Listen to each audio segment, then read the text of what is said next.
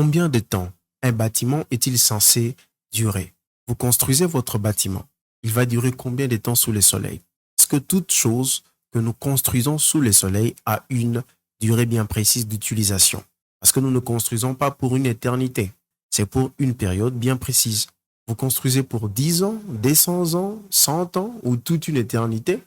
C'est ce que nous allons voir dans cette vidéo. Je vais essayer de répondre tout en s'appuyant sur la norme Eurocode 0. Je suis dans la section 2, au point 2.3, la norme dit ceci, au paragraphe 1, la durée d'utilisation de projet doit normalement être spécifiée. Alors dans note, il est dit, les tableaux D1, que nous allons voir juste après, proposent à titre indicatif des catégories.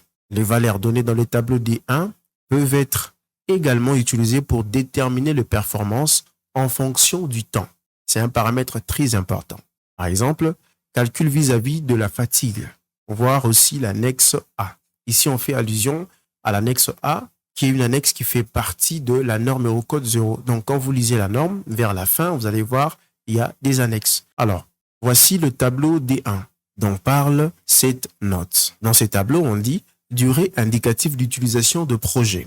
Dans la première colonne, on a écrit catégorie des durées d'utilisation de projet. Nous avons 5 catégories. Dans la deuxième colonne, nous avons durée indicative d'utilisation de projet. On dit en année. Alors, à la fin, on donne des exemples. Je vais prendre un exemple. On dit pour des structures provisoires. Parce qu'il y a des structures que vous construisez provisoirement. Ça ne va pas durer longtemps. La durée indicative d'utilisation de projet, selon la norme Eurocode 0, au tableau D1 dit de considérer 10 ans. Donc, si vous construisez des structures provisoires, il faut considérer une durée de 10 ans. Pour les éléments structuraux remplaçables, par exemple, poutre de roulement, appareil d'appui, il faut considérer une durée qui part de 10 à 25 ans. Catégorie 3.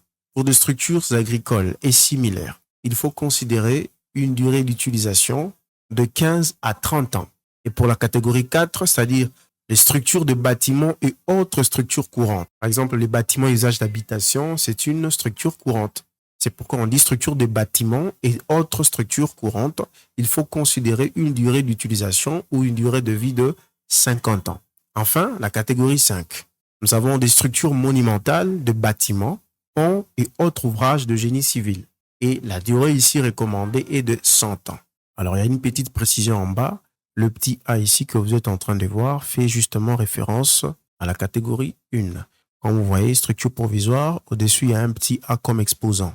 Alors en bas, on a dit des structures qui peuvent être démontées dans un but de réutilisation